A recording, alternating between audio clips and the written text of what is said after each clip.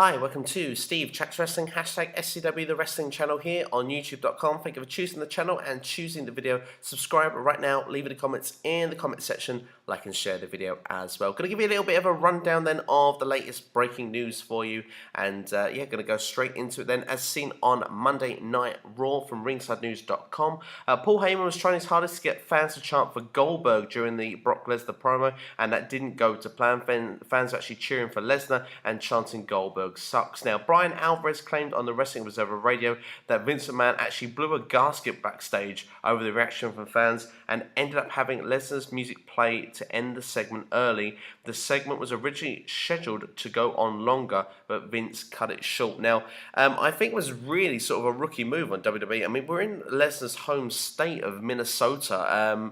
I don't see how fans were going to be cheering for Goldberg when you're actually in Lesnar's hometown. I mean, fans are renowned for cheering for their star from where they're from. We even saw a lot of people behind Curtis Axel on Raw this week, being in Minnesota. That wouldn't necessarily happen everywhere else. It was the right place for that to be for Curtis Axel. But going to Brock Lesnar is a very bad start because that promo made no sense whatsoever, and they really need to go back to the drawing board because it really felt like a wasted appearance of Brock Lesnar, which is normally a lot of money per appearance. And Paul Heyman didn't have the best night on the mic either, which is a very rare thing that you can say in the current products. Raw last night, for me, was a show that, with a lot of shows you see with WWE these days, had the potential to be something, but it was wasted. And unfortunately, some things felt like they could have been good, but they just weren't done well in the end. You look at the list of Jericho.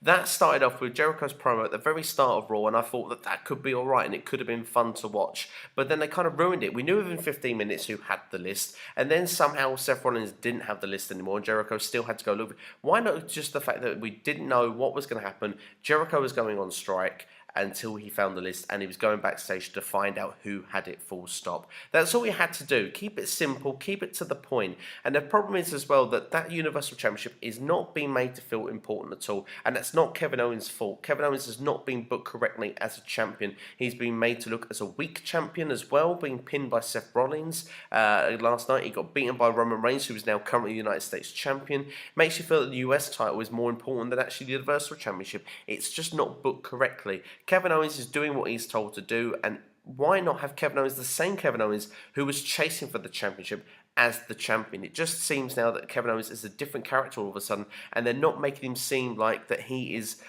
almost as worthy of holding the belt as what he seemed before he held it. And I think that that's a big mistake. And some people might say he jumped up the card maybe too quickly.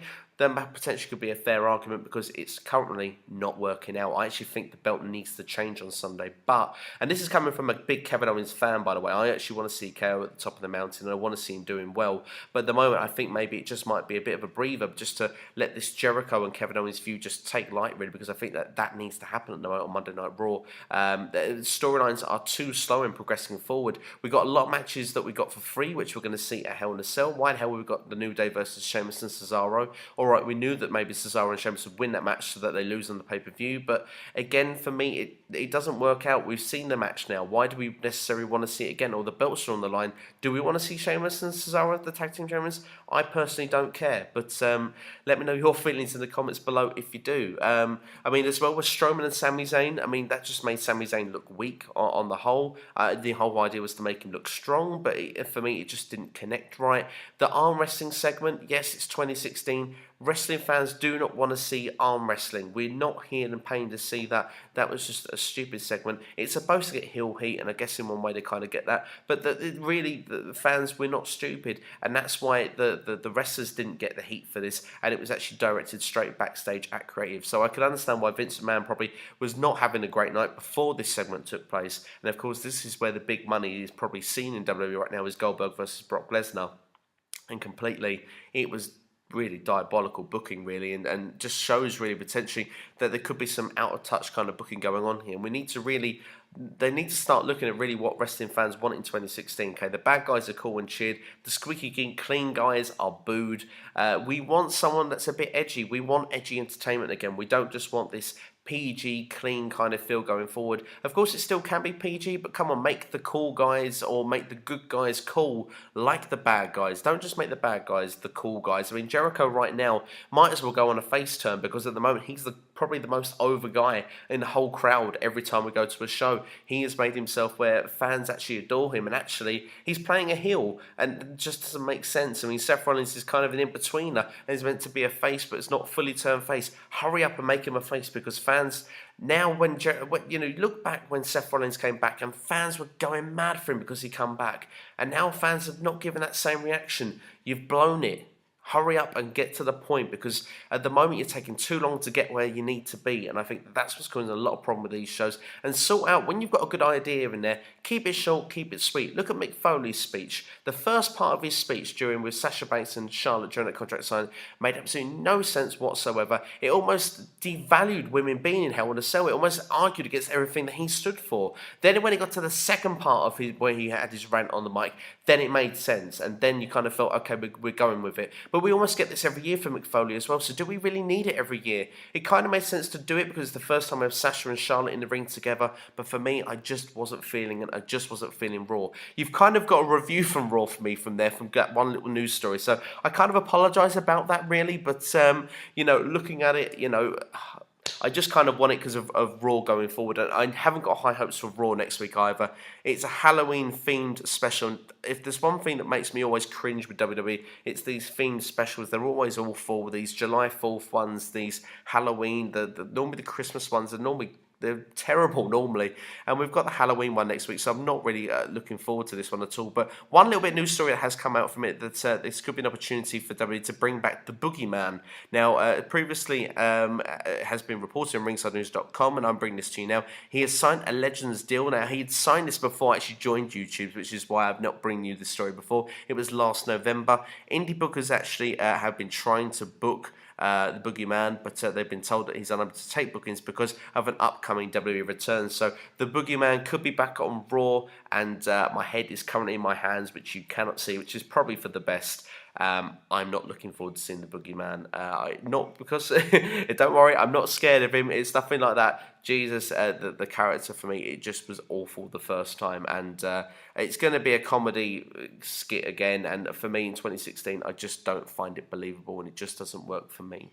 Going on to CM Punk news for you then. In the latest installment of the Wrestling Observer newsletter, Dave Meltzer revealed that CM Punk was still believing that WWE return would be a loss in life for him. Now, Meltzer said that the thing with Punk is that according to those close to Punk, he would see going back to WWE as a loss in life, where Goldberg was just a businessman who had hard feelings about the past but would have no trouble letting them go if it was right for business. Now, I kind of agree with this, and I've said it many times before. I don't see CM Punk going back. I just know CM Punk is stubborn, and even though the fact his UFC career could be over after that loss against Mickey Gall, I still believe that CM Punk would look for another sort of avenue outside of WWE. And if he was to ever return to wrestling, I actually believe he would actually go somewhere like in an indie promotion, because right now there's big names outside of WWE, so it wouldn't surprise me to see them actually do that. So I'm going to put it out there. I actually think if CM Punk ever was to return to wrestling right now, I believe it would be someone like ROH or New Japan. I don't believe he would come back to WWE. But going on anyway, for more WWE news, there's been a announcement of the pay-per-views next year. We see the return of the Elimination Chamber going to be in February. It's not known if it's going to be a Raw or SmackDown branded show, but it's a WWE Network special, which would make it feel that it's going to be a SmackDown show, because that's what currently the Network special ones are. Now, the pay-per-view schedule currently looks like the Royal Rumble in January, which of course we know is going to be in Texas. We're going to have the Elimination Chamber in February, which we then assume possibly could be a SmackDown branded show. Fastlane is going to be in March. Now, that would be the reverse. Of course, that's normally in February, but of course with the two pay-per-views, there's going to be a little bit of gap between them. WrestleMania in April. We then got Payback in April or May, with Extreme Rules also being in May. Money in the Bank in June. Battleground in July. SummerSlam in August, and Clash of Champions in September.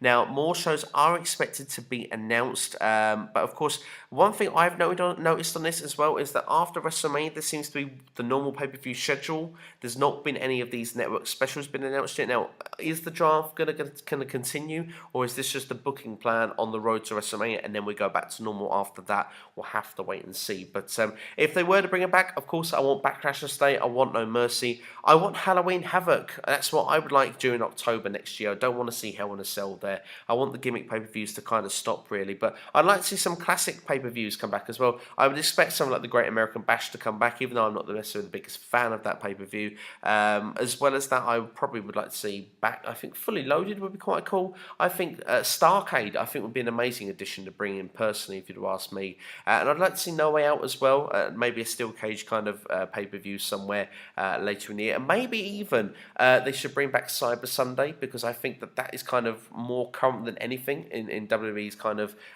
thinking at the moment when it comes to these sort of pay-per-views. A lot of people would probably shout and say bring back King of the Ring as well. Now, I'm kind of a fan of King of the Ring tournament, but I think it should be used to elevate someone somewhere in the card. So if there was to do that, maybe in June or July again, alongside the Battleground pay-per-view, so that way it could work for a Raw or SmackDown perspective, depending on how they want to do it, and then maybe give that person the championship match at SummerSlam. Just for me, that would make probably sense going forward. Next, we'll talk about Cody Rhodes and potentially coming back to WWE. Was brought to you on ringsidenews.com. During an interview with Dan the Mouth Loveransky, that's easy to say, of the Fight Network, Cody Rhodes was asked about the possibility of returning to WWE someday. He made the following remarks. He said that, "I don't know. I don't think the door to WWE ever closes. I'm always told that the revolving door, it's a tricky question because there are a lot of genuine large issues for me personally that would make it hypocritical for me to just go back.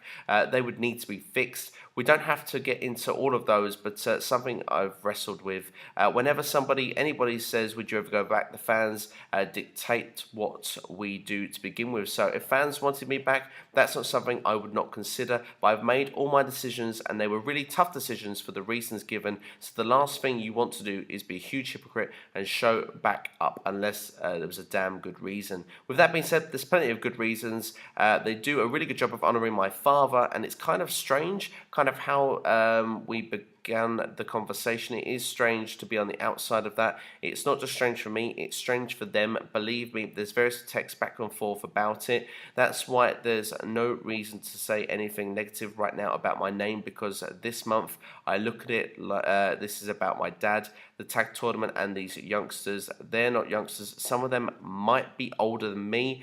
These NXT talent, these stars going for the Dusty Classic, and that's what needs to take the focus. That's kind of why I have been hush-hush about the name. So it does kind of show that maybe it's not a closed door situation for Cody Rhodes, but of course, yeah, I think if he was to come back, he would need to be treated better. I think he would slot in pretty well right now, actually.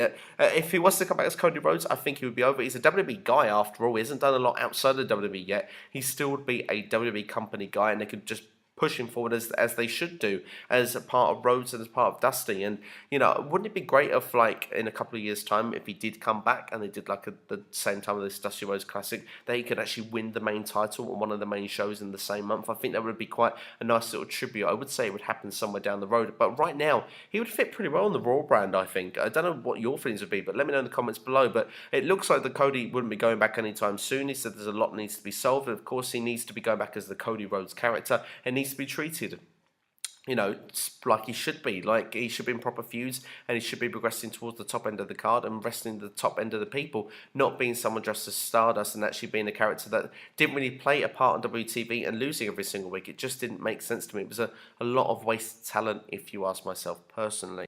Now, breaking news to finish off this video. Now, could the fans actually hijack Hell in a Cell this Sunday? Now, WWE is billing 3 main events for Hell in a Cell.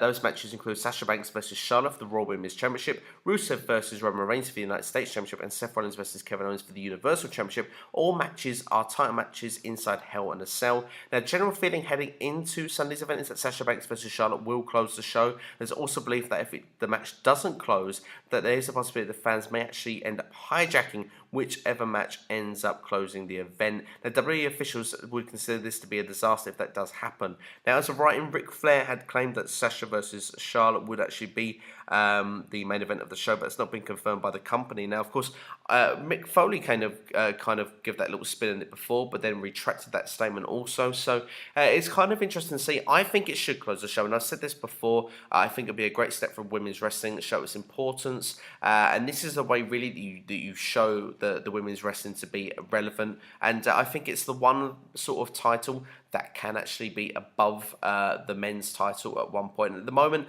it kind of feels like it does mean more than the Universal Championship. The Universal Championship should be the most important title in WWE, but it's not been conveyed that way at the moment. I just think right now it would be a great statement if Sasha Banks and Charlotte was actually to close the show, because it has something actually that hasn't been done before, women inside Hell in a Cell, and I do believe actually that people would be fully on board with that idea. But let me know your feelings in the comments below. You've been watching Steve Chats Wrestling, hashtag SCW The Wrestling Channel here on YouTube.com. Thank you for watching and subscribe to the channel right now. I'll be back with more breaking news for you when it comes to you on this channel. Take care.